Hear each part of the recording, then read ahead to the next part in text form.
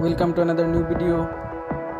In this video you will see how to fix messenger confirm identity problem.